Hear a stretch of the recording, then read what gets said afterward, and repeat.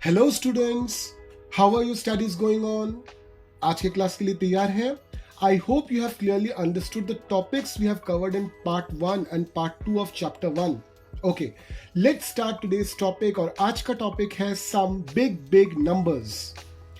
Class 4 में आपने place value पढ़ी थी और वहां पे आपने लाख तक पढ़ा था. तो इससे पहले कि हम आगे बढ़ें, थोड़ा सा क्विक रिवीजन कर लेते हैं जो अभी तक हमने प्लेस वैल्यू में पढ़ा है. तो प्लेस वैल्यू से स्टार्ट करते हैं और मैं आपको एक नंबर देता हूं 12987. अब प्लेस वैल्यू क्या है, कैसे उसको डिफाइन करते हैं? Place value is defined as a system in which position of a digit in a number decides its value. अब जब हम लोग प्लेस वैल्यू की बात करते हैं तो सबसे पहले हमको जानना पड़ेगा कि प्लेसेस क्या क्या होती हैं. तो प्लेसेस होती हैं ones, tens, hundreds, thousands, 10,000s and so on. तो चले आते हैं पहले वंस पर. हमने जो नंबर लिया था वो क्या था? 12987. यहां पे जो एक्सट्रीम राइट में जो डिजिट है दैट इज 7, वो आता है वंस के अंदर. अब जो सेकेंड डिजिट है दाहिने से, राइट से, दैट मीन्स 8, वो आता है टेंस के अंदर. जो थर्ड डिजिट है राइट से, दैट इज 9, वो आता है हंड्रेड्स के अंदर. जो फोर्थ डिजिट है राइट से, जिसका मतलब है 2, दैट कम्स अंडर थाउजेंड्स. और जो फिफ्थ डिजिट है राइट से, या फिर यूं कहें जो फर्स्ट डिजिट है लेफ्ट से, वो आता है 10,000s के अंदर, यानी कि 1 आता है 10,000s के अंदर. तो यही कॉन्सेप्ट था प्लेस वैल्यू का और उसको हमने प्लेस वैल्यू टेबल बनाकर आपको दिखा दिया. ठीक है, तो when we want to show the place we will allocate all these values. मगर हमेशा याद रखना, प्लेस वैल्यू टेबल में जब भी आप नंबर्स के डिजिट्स को एलोकेट करते हो, हमेशा से आपको राइट हैंड साइड से ही आना पड़ेगा, आप लेफ्ट हैंड साइड से नहीं जाओगे. क्लियर? तो यहां तक हमने ऑलरेडी देखा हुआ है. अब चलिए, ये चीज जो आपने ऑलरेडी क्लास 4 तक पढ़ी हुई है, जिसको अभी अभी हमने रिवाइज किया, इसके ऊपर एक क्वेश्चन मैं आपको दे देता हूं, एक नंबर मैं आपको दे देता हूं 10955. अब मुझे क्या आप बता सकते हो कि 1000 के प्लेस में इस नंबर में से कौन सा डिजिट आता है? यस, आपका जवाब बिल्कुल सही है. इस नंबर में से 10955 में से जो डिजिट है 0, यानी कि लेफ्ट हैंड साइड से जो दूसरा डिजिट है, या फिर यूं कहें कि राइट हैंड साइड से जो चौथा डिजिट है that is 0, that is coming under the thousands place. Okay, now let us see another fascinating thing. जो प्लेस वैल्यू है, इस प्लेस वैल्यू से और एक कॉन्सेप्ट हम ले आते हैं जिसका नाम है नंबर एक्सपेंशन. ये भी आपने पहले किया हुआ है, थोड़ा सा झटपट रिवाइज कर लेते हैं. तो हमने नंबर लिया था 12987. अब इसको अगर एक्सपैंड करने के लिए मुझे बोला जाए तो मैं क्या लिखूंगा? मैं लिखूंगा 12987 is equals to 1 followed by 4 zeros. क्यों 4 zeros? क्योंकि 1 यहां पे 10,000 के पोजीशन में है और 10,000 के पोजीशन में जब 1 रहता है तो उसके बाद 4 zeros लगते हैं. Plus 2 followed by 3 zeros. क्यों यहां पे 2 के बाद हमने 3 zeros लिखे? क्योंकि 2 जो है वो thousands के पोजीशन में है और जब भी कोई नंबर thousands के पोजीशन में होता है तो उसके पीछे 3 zeros लगते हैं. प्लस 900. तो यहां पे 9 के पीछे मैंने 2 zeros क्यों लगाए? क्योंकि 9 यहां पे हंड्रेड्स के पोजीशन में है और हमको पता ही है कि हंड्रेड्स के पोजीशन में अगर कोई नंबर रहता है या कोई डिजिट रहता है तो उसके पीछे 2 zeros लगते हैं. प्लस 80. यहां पे 8 के बाद मैंने 1 0 क्यों लगाया? क्योंकि 8 जो है वो टेंस के पोजीशन में है और टेंस के पोजीशन में हमेशा 1 0 रहता है. और आखिर में प्लस 7. तो हमारा नंबर क्या बन गया एक्सपेंशन के बाद? 12987 is equals to 1 followed by 4 0, यानी कि 10,000 plus 2000 plus 900 plus 80 plus 7. Clear? तो ये चीज आपने पहले भी की हुई थी. चलिए और एक एग्जाम्पल लेते हैं इस चीज को और एक रिवाइज करने के लिए. तो मैंने आपको एक नंबर दिया 10955. तो इसको हम कैसे एक्सपैंड करेंगे? हम लिखेंगे equal to 10,000 plus 4 zeros plus 900 plus 50 plus 5। अब यहां पे बहुत गौर से दो चीजें देखिए। पहली चीज जो है, जो मैंने सेकंड जो वैल्यू लिखी है वहां पे 4 जीरोस, बेसिकली किसी भी नंबर को अगर आप जीरो से ऐड करते हो तो क्या मिलता है, वही नंबर हमको वापस मिल जाता है। से फॉर एग्जांपल अगर हमने 17 के साथ जीरो ऐड किया तो हमको रिजल्ट क्या मिलता है, 17 ही मिलता है। ठीक उसी तरह से अगर मैंने 285 के साथ जीरो ऐड किया तो मुझे क्या मिलेगा, वापस से मुझे 285 मिल जाएगा। इसका मतलब क्या, अगर किसी भी नंबर के साथ आप सिर्फ और सिर्फ जीरो को ऐड करते हो तो जो रिजल्ट होता है वो वही नंबर होता है। यानी कि जीरो, सिर्फ और सिर्फ जीरो को किसी के नंबर के साथ ऐड करना और ना करना बिल्कुल एक समान है। तो यही वाला कॉन्सेप्ट अगर हम यूज करें तो हम वापस क्या लिख सकते हैं, हम लिख सकते हैं 10955 is equals to 10,000 plus 900 plus 50 plus 5। तो यहां से हमने 0000 जो था उसको हटा दिया। क्लियर। अब चलिए आइए दूसरे चीज पर। यहां पे देखिए टेंस के पोजीशन में मैंने लिखा है 50 और वंस के पोजीशन में मैंने लिखा है 5। तो यहां पे जो मेरा डिजिट है वो डिजिट तो बेसिकली 5 है, मगर वो डिजिट पूरी तरह से डिपेंड करेगा कि किस प्लेस पे है, उस तरह से उसकी वैल्यू बनेगी। तो जो पहला 5 है राइट हैंड साइड पे वो वंस की पोजीशन पे है, इसलिए उसके बाद हमने कोई भी जीरो नहीं लगाया। जबकि जो दूसरा 5 था जो राइट हैंड साइड से दूसरे वैल्यू पे था, यानी कि टेंस के वैल्यू पे था, उसके पीछे मैंने एक जीरो लगा दिया। ठीक है, क्लियर। अब 12987 या फिर 10955, इन दोनों में जरा एक बार काउंट कीजिए तो कितने डिजिट्स हैं। बिल्कुल सही, इन दोनों में 5 डिजिट्स हैं। अब सवाल ये उठता है, क्या हम 6 डिजिट के भी नंबर बना सकते हैं? बिल्कुल बना सकते हैं। तो मैंने आपको एक नंबर दिया 187546, बन गया 6 डिजिट का नंबर। तो चलिए इसका हम प्लेस वैल्यू टेबल बनाते हैं। देखिए आपके सामने तैयार हो गया है प्लेस वैल्यू टेबल। यहां पे कैसे मैंने लिखा सब कुछ, वंस के नीचे लिखा मैंने 6, टेंस के नीचे मैंने लिखा 4, हंड्रेड्स के नीचे मैंने लिखा 5, थाउजेंड्स के नीचे मैंने लिखा 7 और 10,000 के नीचे मैंने लिखा 8। क्लियर। अब सवाल ये उठता है, अभी भी तो मेरा 1 बाकी है ना, जो एकदम एक्सट्रीम लेफ्ट हैंड साइड में 1 था वो बाकी है ना, तो इसको मैं कहां लगाऊं। तो इसके लिए ये जो प्लेस वैल्यू टेबल मैंने बनाया है वहां पे और एक मुझे प्लेस ऐड करना पड़ेगा एकदम एक्सट्रीम लेफ्ट हैंड साइड पे, और वो मैंने क्या ऐड किया, L, कैपिटल L, और उसके नीचे मैंने लिखा 1। अब ये कैपिटल L क्या है, दिस स्टैंड्स फॉर लैक, यानी कि जब भी कोई 6 डिजिट का नंबर होता है तो उसमें लैक कॉन्सेप्ट भी इंट्रोड्यूस, यानी कि लैक का प्लेस वैल्यू भी इंट्रोड्यूस हो जाता है। क्लियर। तो चलिए 187546 को हम थोड़ा सा एक्सपैंड कर लेते हैं। तो जब एक्सपैंड करेंगे तो हम क्या लिखेंगे, 187546 इज इक्वल्स टू, अब की बार देखिए मैंने 1 के पीछे 5 जीरोस लगाए, क्योंकि लैक के पोजीशन में 1 के बाद 5 जीरोस लगते हैं। प्लस मैंने 8 लिखा, उसके पीछे 4 जीरोस लगाए। हमको ऑलरेडी पता है कि 10,000 के प्लेस में 4 जीरोस होते हैं। प्लस 7, उसके बाद मैंने 3 जीरोस लगाए। हमको ऑलरेडी पता है कि थाउजेंड्स के प्लेस में 3 जीरोस लगते हैं। प्लस 500 मैंने लिखा, हमको ऑलरेडी पता है कि हंड्रेड्स के प्लेस में 2 जीरोस लगते हैं। प्लस 40, हमको ऑलरेडी पता है कि टेंस के प्लेस में 1 जीरो लगता है। प्लस 6, यानी कि मेरा पूरा का पूरा एक्सपेंशन कैसे हो गया, 187546 is equals to 1 lakh plus 80,000 plus 7,000 plus 500 plus 40 plus 6। Clear. अब यहां पे देख लीजिए वापस ध्यान से कि 187546 एक 6 डिजिट नंबर है। तो जब हमने 5 डिजिट नंबर डील किया था वहां पे मेरा हाईएस्ट प्लेस वैल्यू जा रहा था 10,000। जैसे ही हम 6 डिजिट पे पहुंच गए, the highest place value is now lakh. So now let me give you 2 numbers, 45673 और दूसरा नंबर है 348756।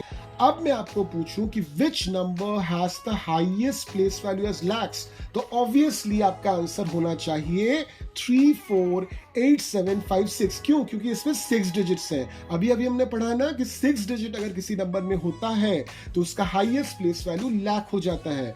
जबकि यहाँ पे जो नंबर है 45673, यहाँ पे टोटल डिजिट्स कितने हैं? 5 हैं, तो ऑब्वियसली यहाँ पे तो लाख आएगा ही नहीं।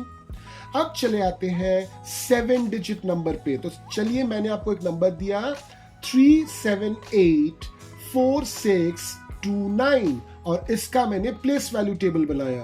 तो यहां पे देखिए, वंस के नीचे मैंने 9 लिखा, टेंस के नीचे 2 लिखा, हंड्रेड्स के नीचे 6 लिखा, 1000 के नीचे 4 लिखा, 10,000 के नीचे 8 लिखा, लैक्स के नीचे 7 लिखा। अब मेरा क्वेश्चन है कि मैं जो 3 है ना, उस 3 को कहां पे प्लेस करूं? यहां पे तो जगह ही नहीं है, तो हमको अभी ऐड करना पड़ेगा और एक प्लेस एल के बाईं तरफ, यानी कि लैक के बाईं तरफ। तो मैंने ऐड कर दिया। क्या ऐड किया? टीएल। वापस से देखिए, वो आपका प्लेस वैल्यू टेबल चेंज हो चुका है। यहां पे मैंने टीएल नाम का एक नया प्लेस डाला है और टीएल का फुल फॉर्म होता है 10 लैक्स। अब काउंट कीजिए जरा, 3784629, ये जो नंबर है कितने डिजिट का है? It's a 7 digit number. तो 7 डिजिट नंबर में हाईएस्ट प्लेस वैल्यू बन जाता है 10 लैक्स। और वापस से आप देखिए प्लेस वैल्यू टेबल को, वहां पे मैंने 3 जो है वो 10 लैक्स के नीचे लिखा है। क्लियर? तो इसका मतलब ये कि आपको अगर मैं कोई 6 या 7 डिजिट का नंबर दे दूं तो आप आसानी से एक्सपैंड कर पाओगे। तो चलिए, अब चले आते हैं 8 डिजिट नंबर पे। तो मैंने एक नंबर लिया 83747250। काउंट कीजिए जरा कितने डिजिट्स हैं इसमें? इसमें टोटल 8 डिजिट्स हैं। तो इसका प्लेस वैल्यू टेबल कैसे बनेगा? तो इसका प्लेस वैल्यू टेबल बना है आपके स्क्रीन पर। यहां पे देखिए, मैंने वंस के नीचे 0 को रखा, टेंस के नीचे 5 को रखा, 100 के नीचे 2 को रखा, 1000 के नीचे 7 को रखा, 10,000 के नीचे 4 को रखा, लाख के नीचे 7 को रखा एंड 10 लैक्स के नीचे मैंने 3 को रखा। 8 के लिए मैंने और एक प्लेस बनाया, दैट इज C, और उसके नीचे मैंने 8 रखा। अब C क्या है? C स्टैंड्स फॉर करोड़, यानी कि जब भी आपका 8 डिजिट नंबर बनता है तो वहां पे चला आता है करोड़। ठीक है? तो इसके पहले कि आगे बढ़ें, चलिए एक बार झट से रिवाइज कर लेते हैं। अगर मेरे पास कोई नंबर है जिसमें मैक्सिमम 5 डिजिट्स हैं तो हाईएस्ट प्लेस वैल्यू क्या रहेगा उसका? 10,000। अगर ऐसा कोई नंबर है जिसमें मैक्सिमम 6 डिजिट्स हैं तो हाईएस्ट प्लेस वैल्यू क्या रहेगा? लाख। अगर मेरे पास कोई ऐसा नंबर है जिसमें टोटल 7 डिजिट्स हैं तो हाईएस्ट प्लेस वैल्यू क्या रहेगा? 10 लैक्स। और जब भी कोई नंबर मेरे पास है जिसमें टोटल 8 डिजिट्स हैं तो हाईएस्ट प्लेस वैल्यू क्या बन जाएगा? करोड़। तो चलिए अब हम एक्सपैंड करते हैं 83747250 को, ये जो है 8 डिजिट का नंबर। तो कैसे एक्सपैंड होगा? हम 8 के बाद लिखेंगे 7 जीरोस, क्योंकि ये हमारा कौन से पोजीशन पे है, किस प्लेस पे है? करोड़ के प्लेस पे है, और करोड़ में टोटल 7 जीरोस होते हैं।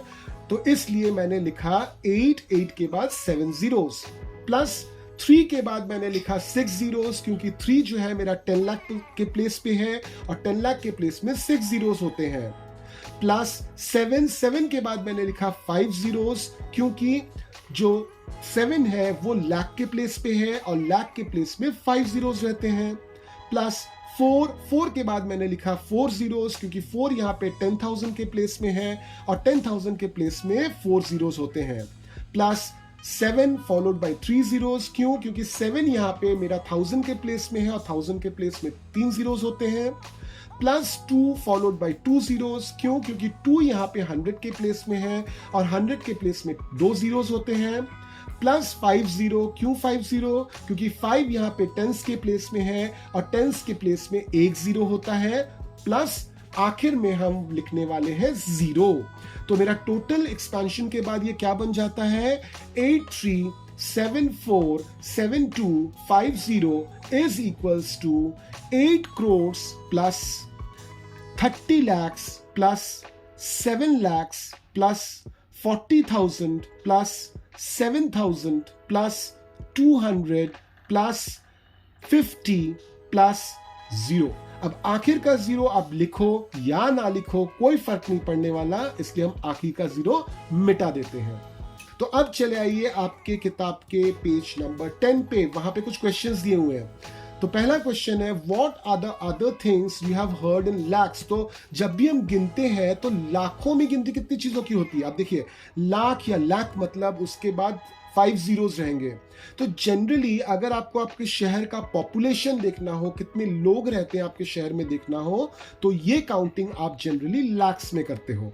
ठीक है, चले आते हैं सेकंड क्वेश्चन पे। They are asking us to write 1000।